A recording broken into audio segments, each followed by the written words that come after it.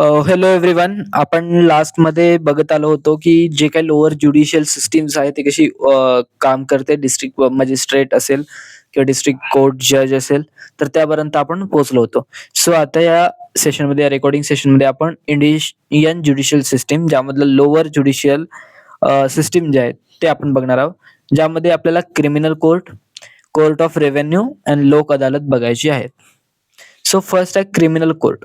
Criminal courts deal with murder cases, theft cases, robbery cases and assault case. ज्या या थीमच्या related cases आहेत, ते कोण डील करते? क्रिमिनल कोर्ट डील करते. So this is the criminal court. Then session court. Session court is the highest criminal court in district. आता या criminal कोर्टमध्येच पहिलं आहे सेशन कोर्ट, जे काय हायेस्ट कोर्ट आहे डिस्ट्रिक्ट मधलं, जे डील करते क्रिमिनल केसेस सोबत. सेशन कोर्ट ज्यामध्ये सिरियस क्राईम जे आहेत, खूप इम्पॉर्टंट, म्हणजे मर्डर असेल, थेफ असेल, रॉबरी असेल, असे सिरियस क्राईम याच्यामध्ये बघितले जाते. आणि याचं जजमेंट कोण देते? डिस्ट्रिक्ट जज देतो. Session court is presided by district जज. Then chief judicial magistrate. So then chief judicial magistrate, CJM, chief judicial magistrate, हे काय करतात? तर handle less serious cases, like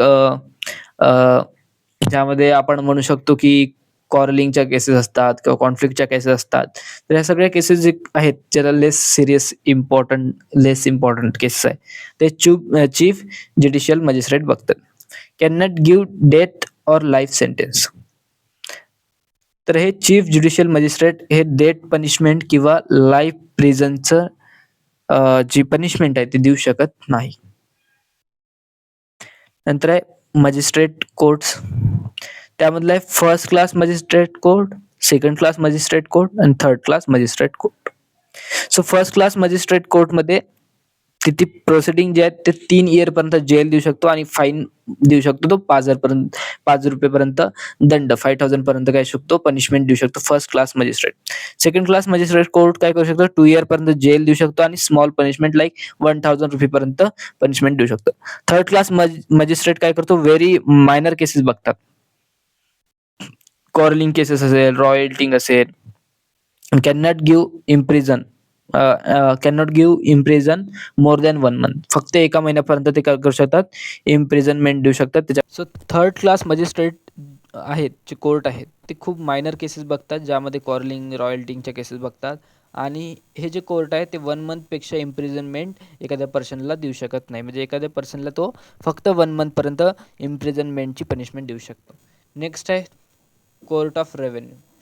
so court of revenue जे आहेत, ते रेव्हेन्यूच्या रिलेटेड, टॅक्सेसच्या रिलेटेड असेल, रेव्हेन्यूच्या रिलेटेड असेल, लँड रेकॉर्डच्या रिलेटेड केसेस जे आहेत, ते बघतात court of revenue. This court deals with the land record, property tax, त्याचबरोबर प्रॉपर्टीमधले जे काही कॉन्फ्लिक्ट आहेत ते, आणि लँड रेव्हेन्यू, हे सगळं आपलं कोर्ट ऑफ रेव्हेन्यूमध्ये जातं. Types of court of revenue आहे. तहसीलदार कोर्ट, जे रेव्हेन्यू कोर्टमधून जातं, ते लोवेस्ट कोर्ट आहेत.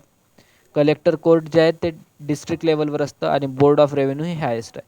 जर हायरार्की करायचं झालं, तर पहिलं येणार ते येणार बोर्ड ऑफ रेव्हेन्यू, सेकंड येणार कलेक्टर कोर्ट आणि थर्ड येणार तहसीलदार कोर्ट, त्याच्या सिक्वेन्सनुसार. कारण फर्स्ट जे आहेत बोर्ड ऑफ रेव्हेन्यू आहे, हायेस्ट कोर्ट ऑफ रेव्हेन्यू आहे. देन डिस्ट्रिक्ट लेवलला कलेक्टर कोर्ट आणि तहसील लेवलला जे लोवेस्ट कोर्ट आहे तो आहे तहसीलदार court. Then Lok Adalat. What is the function of Lok Adalat? So अनेक मूवीमध्ये लोक अदालत दाखवलेली असते, म्हणजे पंचायत बसतात त्यांच्या गावातली, ती सुद्धा एक लोक अदालत आहे, ज्यामध्ये पीपल्स कोर्ट, म्हणजे कोर्ट ऑफ पीपल, जे लोकांसाठी, मेनली लोकांसाठी बनवलेलं कोर्ट असतं. त्यामध्ये फास्ट तुम्हाला जजमेंट दिली जातात, तुम्हाला फास्ट जस्टिस मिळतं आणि चीप जस्टिस मिळतं. खूप कमी रेटमध्ये तुम्हाला तुमचं स्वतःचा वकील द्यावं लागत नाही आणि ते जजमेंटसुद्धा खूप फास्ट ट्रॅकमध्ये होतात. आणि नो लॉयर निडेड, तिथे लॉयर तुम्हाला नीड नाही आहेत, फ्रेंडली सेटलमेंट त्यामध्ये असतं. ॲडव्हान्टेज ऑफ लोक अदालत मग काय असणार? क्विक जस्टिस मिळतं आहे तुम्हाला, लो कॉस्ट आहेत, रिड्युसेस कोर्ट बर्डन, जे हायर कोर्टच्या जे पेंडिंग केसेस आहेत ते सॉल्व्ह होतात, आणि बॅकलॉग्स, जे पेंडिंग केसेस आहेत ते सुद्धा सॉल्व्ह होतात. त्यामुळे बॅकलॉग्स जे आहेत डिस्ट्रिक्ट कोर्टचे, ते सुद्धा इथे काय होतात? सॉल्व्ह होतात. कन्क्लुजन बघायला गेलं तर काय येईल आपल्याला? जे लोक अदालत आहे, जे कोर्ट्स आहे, हायर कोर्ट आहे, सुप्रीम कोर्ट आहेत, तर हे काय करतात, maintain justice in our country, maintain justice in their jurisdiction, maintain law and order in their jurisdiction. Each court has its own role in the maintenance of law and order in the country. Thank you.